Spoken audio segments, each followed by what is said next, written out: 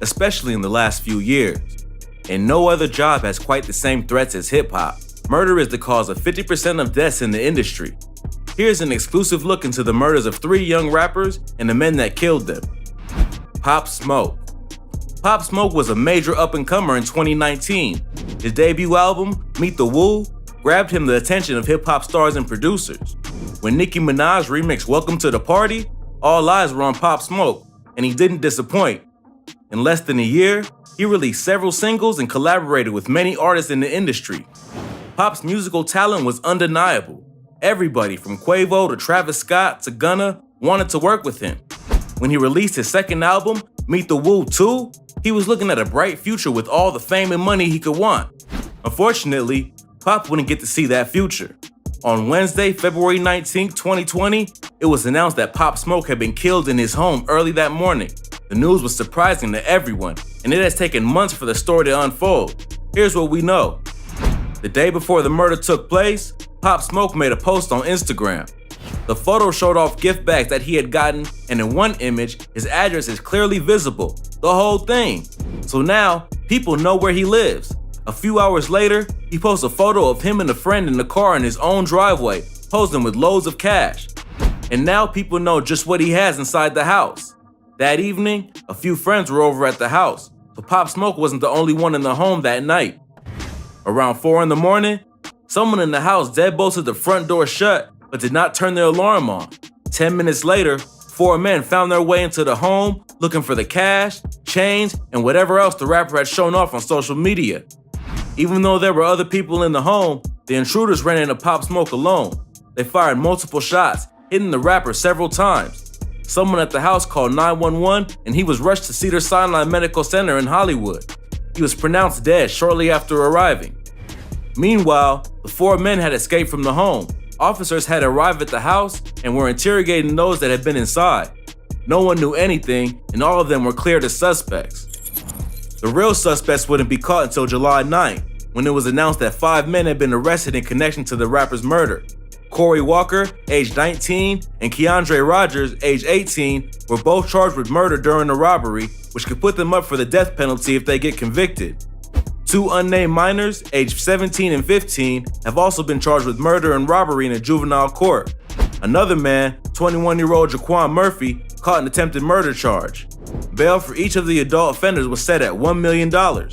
People took the loss of Pop Smoke hard, with fans and artists tweeting their thoughts for his family, who said in response, "Every prayer, call, and act of kindness is deeply appreciated, and we mourn the loss of our son, brother, and friend." Lil Snupe. Lil Snupe never really got the chance to become a household name, but he was on his way.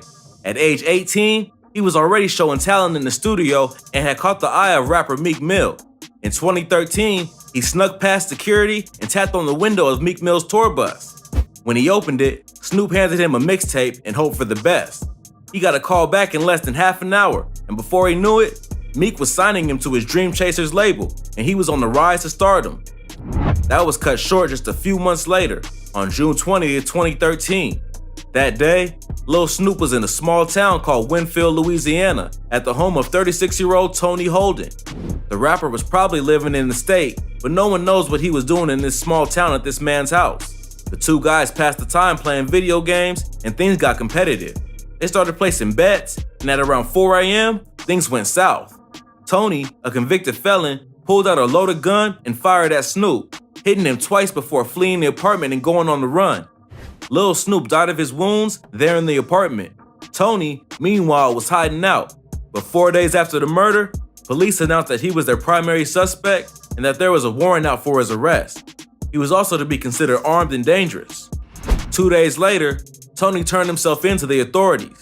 He was then booked into the city jail, facing charges of illegal possession of a firearm by a convicted felon, armed robbery, and first-degree murder. Bond was set at $2 million, which he couldn't post.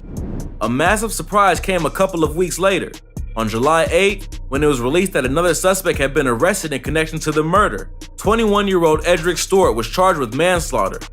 Turns out, the autopsy showed that the bullets used to kill Snoop weren't the ones that fit inside Tony's gun. Instead, those bullets came from the gun of Edric Stewart, who had also apparently been there that night. Even with this proof, the charges against him were dropped. except for a minor weapons charge. Tony, who turned out not to be the murderer, only turned himself in because he was out on bail at the time and didn't want to mess with that. He ended up getting 10 years for the felon with the firearm charge, and the real killer walked free. Snoop's mother also believes that cops tampered with evidence and didn't take the case seriously. L.A. Capone. Chicago native L.A. Capone was another rising star in the hip-hop world. Influenced by the Chicago streets, his membership with the Black Disciples gang, and the local drill scene, he was rapping alongside the likes of Chief Keef, Lil Durk, and Rondo No. 9. On September 26, 2013, the just-turned 17 Capone was walking with a friend out of a recording session at a nearby studio. They turned down an alley looking for their ride when someone started shooting out of nowhere. The friend said that he heard 4 shots and then Capone was on the ground. He was hit in his lower back and right thigh. The friend called 911 and Capone was rushed to the hospital. His mother arrived shortly and was told by nurses that he was alert and talking. Unfortunately, he had lost too much blood and was pronounced dead at 8:30 p.m., just 2 hours after the shooting.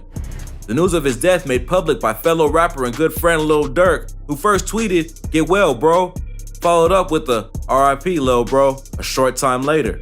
Nothing much happened for a while as investigators tried to figure out who shot L.A. Capone and why. On August 24, 2014, it was announced that 3 people had been charged with murder connected to the alley shooting. They had given statements about their involvement in the situation during police interrogation.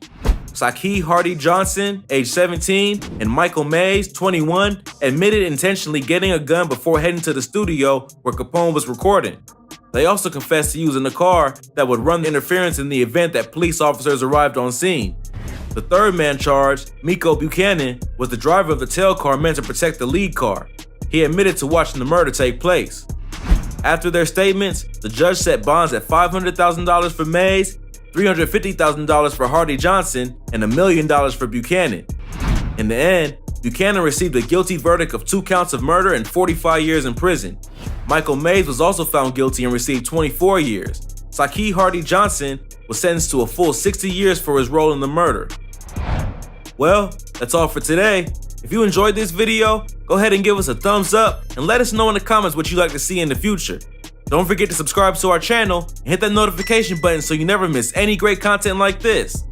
Thanks for sticking with us to the end of this video. Since you made it this far, why don't you go ahead and enter our new giveaway for $100 worth of Amazon